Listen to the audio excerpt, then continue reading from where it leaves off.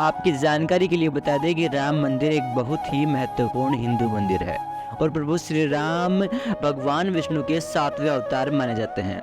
बता दें कि प्राचीन भारतीय महाकाव्य रामायण के अनुसार श्री राम का जन्म अयोध्या में हुआ था और ये मंदिर उस जगह बना है जहाँ प्रभु श्री राम का जन्म स्थान है।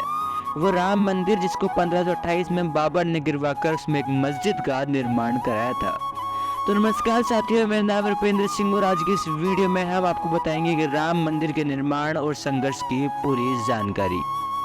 इसलिए लास्ट तक वीडियो को जरूर देखिए और ज़्यादा से ज़्यादा लोगों को शेयर करें ताकि सभी लोग राम मंदिर के संघर्ष की पूरी लड़ाई का इतिहास जान पाएं। आपको बता दें, राम मंदिर की लड़ाई में जो लोगों का संघर्ष है वो 10-20 साल पुराना नहीं है, बल्कि ये संघर्ष 400-500 साल पुराना है। और ये बात भी सभी जानते हैं कि बाबर ने 1528 में राम मंदिर को तुड़वाकर वहाँ मस्जिद बनवाई थी, जहाँ पर श्री राम लला की पुनर्स्थापना की जा रही है।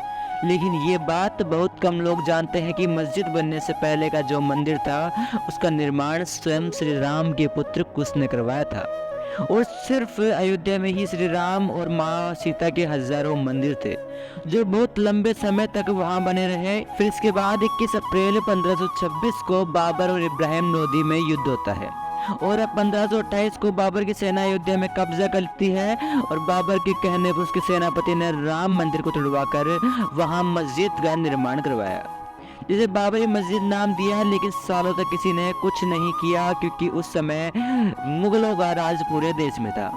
उसके बाद साल 1717 में जयपुर के राजा जय सिंह द्वितीय ने मस्जिद की जमीन को हिंदुओं को देने का बहुत प्रयास किया, क्योंकि वो जानते थे कि वो जमीन हिंदुओं के लिए कितनी महत्वपूर्ण है और उनके मुगलों से संबंध भी ठीक थे। लेकिन वो अपने प्रयासों में सफल नहीं हो पाए। लेकिन फिर उन्होंने मस्जिद के पास ही हिंदुओं को पूजा करने के लिए एक राम चबूतरा बनवाने का निश्चय किया।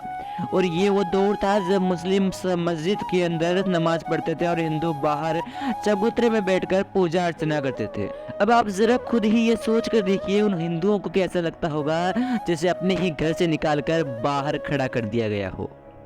वैसे तो अयोध्या में श्री राम के अनेक मंदिर थे, लेकिन श्री राम के जन्म स्थान में मंदिर को तोड़कर मस्जिद बनाने वाली घटना से लोगों की भावनाएं बहुत आहत हुई और वो इस घटना को भुला नहीं पाए। और 1813 में हिंदू संगठन ने यह दावा कर दिया कि बाबर के कार्यकाल में राम मंदिर को तोड़कर मस्जिद बनाई गई। और उस समय के अधिकारियों ने भी मस्जिद में हिंदू मंदिर जैसे साक्ष्य मिलने की बात कही और विवाद शुरू होने के बाद से उस जमीन पर नमाज के साथ पूजा अर्चना भी शुरू हो गई। और 1853 में अयोध्या में पहली बार धार्मिक हिंसा हुई। उसके बाद भी कुछ सालों तक एक ही जमीन पर लोग पूजा अर्चना और नमाज अदा करते रहे। लेकिन 1855 में मुस्लिमों को मस्जिद के अंदर जाने की इजाज़त मिल गई और हिंदुओं का मस्जिद में प्रवेश रोक दिया गया। इसके बाद हिंदुओं ने राम चबूतरे में पूजा करनी शुरू की। इसके बाद 1885 में पहली बार ये मामला अदालत पहुंचा, जिसमें निर्मोही अखाड़े के महंत रघुवर दास की राम चबूतरे की अर्जी को अदालत ने अस्वीकार कर दिया। इसके बाद 1934 में हुए दोबारा दंगे में वहां नमाज होना बंद हो गया। लेकिन उस समय की कांग्रेस सरकार राम मंदिर के मुद्दे को लेकर बिल्कुल भी गंभीर नहीं थी। लेकिन उस वक्त के जो राम भक्त थे वो 400 सालों बाद भी राम मंदिर की लड़ाई में खड़े रहे। उसके बाद समय आया देश की आज़ादी यानी कि 1947 का, जब लोगों ने यह मान लिया था कि देश की आज़ादी के साथ ही राम मंदिर का फैसला भी उनके हक में आ जाएगा।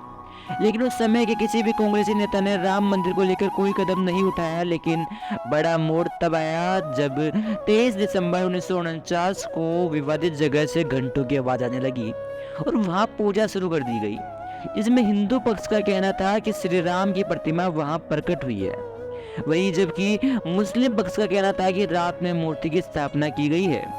और दोनों समुदाय के लोगों की भीड़ बढ़ने लगी और विवाद दिन प्रतिदिन बढ़ता गया।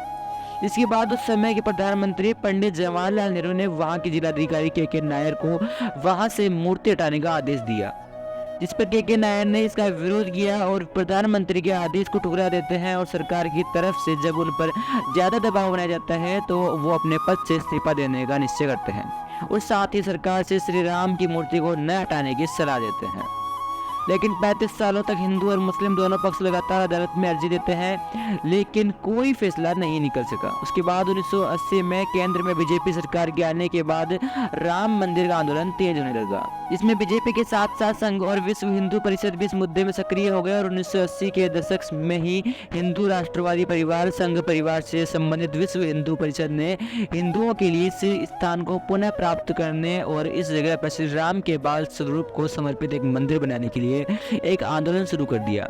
जिसके बाद 1986 को राजीव गांधी राम मंदिर का ताला खोलने का आदेश देते हैं, जिसके विरोध में मुसलमानों ने भी एक बाबरी मस्जिद एक्शन कमेटी बनाई। इसके कुछ समय बाद लाल कृष्ण आडवाणी ने सोमनाथ से अयोध्या तक 10,000 किलोमीटर की रथ यात्रा निकाली और रथ यात्रा के दौरान ही आडवाणी को बिहार में गिरफ्तार कर लिया गया। और जब अयोध्या में रथ यात्रा का समापन हुआ तब बहुत भारी मात्रा में राम भक्त वहां पहुंचे और विवादित जगह पर झंडा फहराया। लेकिन भीड़ को काबू करने और मुसलमानों को खुश करने के लिए उस समय की मुलायम सरकार ने कार सेवकों यानी कि राम भक्तों पर गोलियां चलवा दी। ये वही वक्त था जब मुलायम को मुल्ला मुलायम कहा जाने लगा। वहीं कुछ समय बाद ये विवाद अपने चरम पर आ गया, जिस समय कल्याण सिंह उत्तर प्रदेश के मुख्यमंत्री थे और कार सेवकों के अयोध्या पहुंचने से पहले कल्याण सिंह ने अदालत को भरोसा दिलाया कि वो अयोध्या की स्थिति गंभीर नहीं होने देंगे। लेकिन 6 दिसंबर 1992 में कार सेवकों की भीड़ ने विवादित ढांचे को ध्वस्त कर दिया। इसके बाद वहां राष्ट्रपति शासन लग गया और मुख्यमंत्री ने अपने पद से इस्तीफा दे दिया। जिसके बाद हुए सांप्रदायिक दंगों में हजारों लोगों ने अपनी जान गंवा दी, लेकिन फिर भी 7 साल तक अदालत में कोई सुनवाई नहीं हुई। और 90 के दशक में जब दोबारा से केंद्र में भाजपा की सरकार आई तो फिर से हिंदू संगठनों को राम मंदिर को लेकर एक आस जगी। उसके बाद एएसआई को राम मंदिर के जांच की जिम्मेदारी दी गई, जिसके बाद एएसआई ने वहां मिले सबूतों से वहां हिंदू मंदिर होने का दावा किया, जिसके बाद ये साबित होने लगा कि वहाँ राम मंदिर ही था। फिर एएसआई की रिपोर्ट के बाद अदालत ने विवादित जमीन को राम जन्मभूमि ट्रस्ट, निर्मोही अखाड़ा और सुन्नी वक्फ बोर्ड में बराबर बांटने का फैसला किया, लेकिन तीनों ही पक्षों ने इस फैसले को अस्वीकार कर दिया। ये विवाद 2011 में सुप्रीम कोर्ट पहुंच गया, लेकिन वहां भी 7 साल कोई सुनवाई नहीं हो पाई और आपसी रजामंदी से मामले का हल निकालने की कोशिश की गई, लेकिन उससे भी कोई हल नहीं निकला और सुनवाई लगातार जारी रही। और 9 नवंबर 2019 में सुप्रीम कोर्ट ने सारे साक्ष्यों के रूप में भारतीय पुरातात्विक सर्वेक्षण यानी कि ASI की एक रिपोर्ट के अनुसार, जिसमें बाबरी मस्जिद के नीचे एक गैर इस्लामिक संरचना की मौजूदगी के सबूत थे, उसके अनुसार विवादित जमीन को राम जन्मभूमि ट्रस्ट को देने का फैसला किया। और 5 जनवरी 2020 को ट्रस्ट के गठन के बाद राम मंदिर का निर्माण शुरू कर दिया गया। इस मंदिर की देखरेख श्री राम जन्मभूमि तीर्थ क्षेत्र ट्रस्ट द्वारा की जा रही है और अब 22 जनवरी 2024 को मंदिर का उद्घाटन होगा और साथ ही रामलला की प्राण प्रतिष्ठा भी की जाएगी। और अब अगर बात करें श्री राम मंदिर की प्राण प्रतिष्ठा की तो जनवरी 2024 तक गर्भगृह और मंदिर का प्रथम तल तैयार हो चुका है, जहां 22 जनवरी को श्री राम के मूर्ति के प्राण प्रतिष्ठा की जाएगी। इसमें प्रधानमंत्री नरेंद्र मोदी प्राण प्रतिष्ठा समारोह का मुख्य हिस्सा होंगे और जो प्राण प्रतिष्ठा के कार्यक्रम है उनकी शुरुआत 14 जनवरी से शुरू हो चुकी है। और इसी पर्व को लेकर 22 जनवरी को कई प्रदेशों में विद्यालयों में अवकाश भी रहेगा।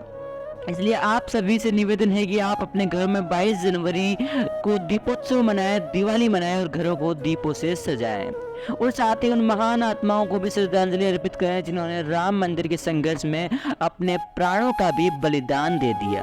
साथ इस वीडियो को लाइक और शेयर करना ना भूलें। अगर आप राम भक्त हैं तो चैनल को सब्सक्राइब जरूर करें और कमेंट में जय श्री राम जरूर लिखें। देखने के लिए बहुत बहुत धन्यवाद।